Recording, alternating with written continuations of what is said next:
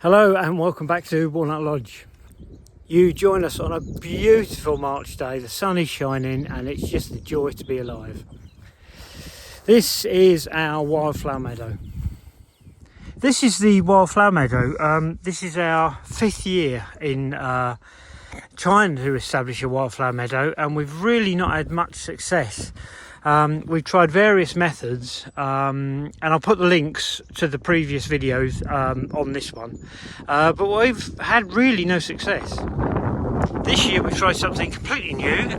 We've rotivated the whole area, and it's been double rotivated, then left for 3 or 4 days to dry out, and then rotivated again twice, in the hope of getting some of the grass out. We've tried to sow yellow rattle, and not had much success with that either.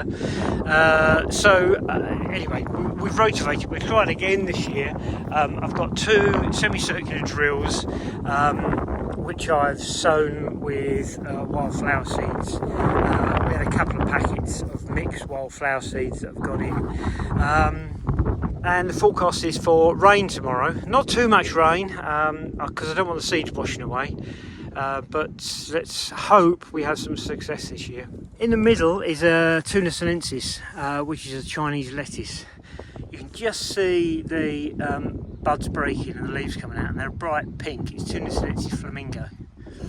It's about, how old is it? 2.5 years old now, and it's not really done much, but I think that's probably down to me, because we don't mow the Wildflower Meadow until August time, for obvious reasons, and so the weeds grow up in the middle of this, and I don't get a chance to come in and weed it as often as I'd like. So there we go, that's the Wildflower Meadow for this year. I'll post the links, I might have said this earlier, I'll post the links onto the YouTube site of the previous attempts of it if you want to watch them. And so let's hope that this March we get a better result with our Wildflower Meadow. Thanks for watching the YouTube video, and maybe you'll think about subscribing.